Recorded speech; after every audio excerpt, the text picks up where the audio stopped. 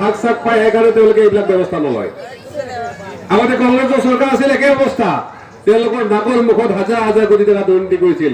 আজি বিজেপি চৰকাৰ আছে তেওঁলোকৰ মুখত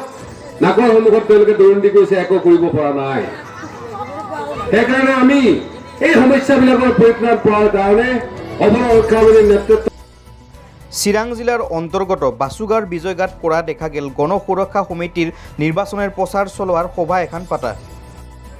এইখান নিৰ্বাচন প্ৰচাৰ সভাত উপস্থিত থাকে কোকৰাঝাৰ লোকসভা সমষ্টিৰ সাংসদ নৱকুমাৰ শৰণীয়া অবৰ সুৰক্ষা সমিতিৰ অসম কেন্দ্ৰীয় মাৰিয়া ললিত কুমাৰ হেমব্ৰম মাৰিয়া মাধৱ ৰাজবংশী 13 নং চিৰাং সমষ্টিৰ ব্লকেৰ গড়েয়া আৰু মাৰিয়া লগতে 13 নং চিৰাং সমষ্টিৰ মনোনীত প্ৰাৰ্থী বিদ্যুৎ শৰণীয়া আমি 30+ সিট লৈ আমি এবাৰ জিকিব পাৰিম আমি নিজৰ দমত আমি চৰকাৰ বনাব পাৰিম না আমি কৈছোঁ যে আমি 30খনৰ ওপৰত পালেও আচলতে ইয়াত মানে হেৰি কৰিব লগা নাই কাৰণ BTCৰ যিবিলাক 35টা সমষ্টি ইলেকশ্যন তাৰ যিটো পৰিস্থিতি হয় কিছু কিছু সমষ্টিত এতিয়াও আমাৰ কেণ্ডিডেট কিছু গেপছ থাকি গৈছে কিন্তু যিহেতু ইলেকশ্যন ঘোষণা কৰা নাই আৰু ইলেকশ্যনৰ সময়ত যিহেতু সকলোৱে লাগিব মই ভাবোঁ এইখিনি গেপছ আমি উইদিন 10 ডেজৰ ভিতৰত এইখিনি ফিল আপ কৰিব পাৰিম কাৰণ যিহেতু BTC সমষ্টিটো ইমান ডাঙৰ সমষ্টি নহয় কাৰণ দেখিছে যে আজি ৰাইজৰ এনেকুৱা এটা অভ্যাস হৈ গৈছে যে কেণ্ডিডেট গ'লে পূজাৰ পৰা খেলাৰ পৰা সকলোকে চান্দা লাগে কিন্তু আমাৰ যিখন ইলেকশ্যন খেলা কেণ্ডিডেট আছে তেওঁলোক যিহেতু ৰাইজৰ কাৰণে কেৱল ইলেকশ্যন খেলিব আহিছে তেওঁলোকৰ হাতত এনেকুৱা 50 লাখৰ বা 2-4 কোটি টকাৰ আমাৰ বাজেট নাই সেইকাৰণে তেওঁলোকৰ অলপ সমস্যা হৈছে কিন্তু অভাৰঅল আমাৰ কৰ্মীবিলাক কাম কৰিছে অকল আমাৰ কৰ্মীবিলাকে নহয় প্ৰতিটো সমষ্টিৰ ৰাইজে নিজাববীয়াকৈ লাগি আছে সেইকাৰণে ভাবোঁ আমি ফৰ্মেলিটিজখিনিৰ কাৰণে অলপ সময় বাকী আছে সেইটো ইলেকশ্যন ঘোষণা কৰিলে উইদিন 10 ডেজৰ ভিতৰত এইখিনি কভাৰ হৈ যাব আৰু আমি নিশ্চিত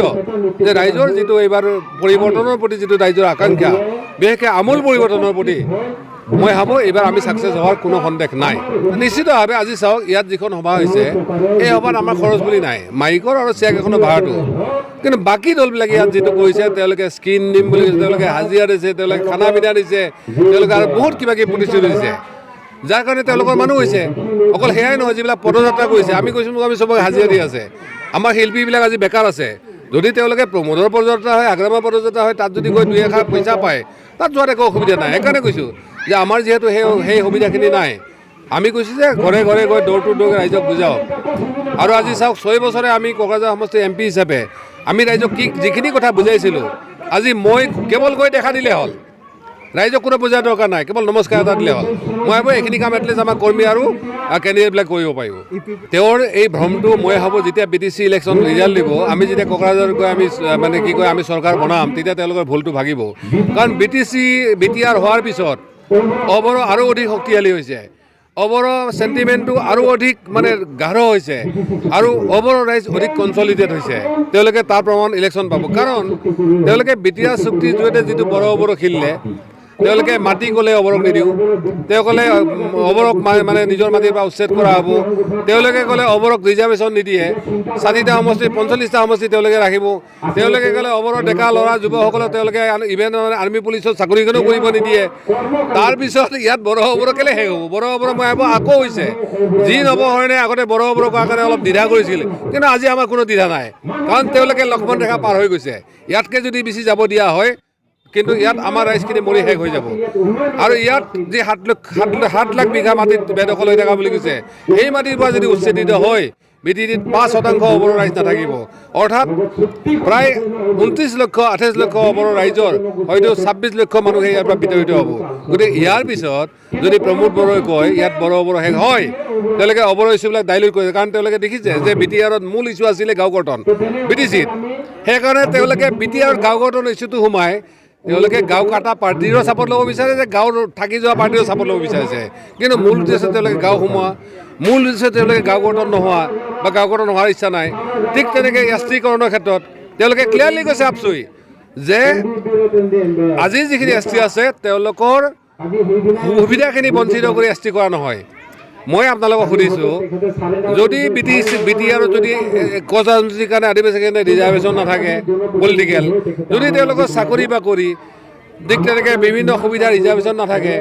যদি তেওঁলোকৰ মাটি তেওঁলোকৰ অধিকাৰ নাথাকে যে BTRত ST হোৱাৰ কি হেৰি আছে কাৰণ কৰ্মচাৰীৰ কাৰণে মাটি আৰু ST দুটা মূল বস্তু যদি দুটা মূল বস্তুই নাই তেওঁলোকৰ কি ধৰণৰ আচলতে অধিকাৰ আছে সেইকাৰণে কৈছোঁ BTR-এ বড়ো অৱৰটো আৰু অধিক ভাগ কৰিলে সেইকাৰণে কৈছোঁ যে নৱশৰ্ণা নিচিনা ব্যক্তি এজন যদি BTC শাসনভাৰত আহিব পাৰে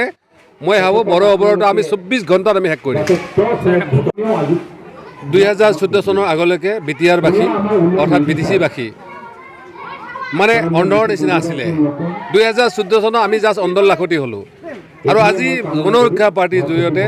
আমি ৰাইজক এটা ৰাস্তা দিছোঁ পথ দিছোঁ যে আমাৰ ৰাইজ কেনেকৈ ধৰণে ইয়াৰ পৰা উদ্ধাৰ হ'ব গতিকে তেওঁলোকে যিয়েই নকওক আজি আপোনালোকে দেখিব যে বিজেপি টাৰ্গেট নৱশৰণীয়া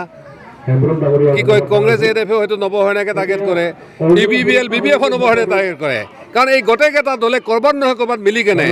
অবৰ ৰাইজক বিভ্ৰান্ত কৰাৰ পুনৰবাৰ 19 নিচিনা তেওঁলোকে খেল খেলাৰ চেষ্টা কৰিছে সেইকাৰণে কৈছোঁ যে যিয়ে যি নকওক কেলে BTC বাকী ৰাইজক নৱশৰণাৰ বিৰুদ্ধে কৈ লাভ নাই কাৰণ নৱশৰণা তেওঁলোকৰ ফেমিলিৰ আৰু নৱশৰণা যিখিনি কৰি আছে একমাত্ৰ তেওঁলোকৰ কাৰণে কৰিছে বেলেগ কাৰো কাৰণে নহয়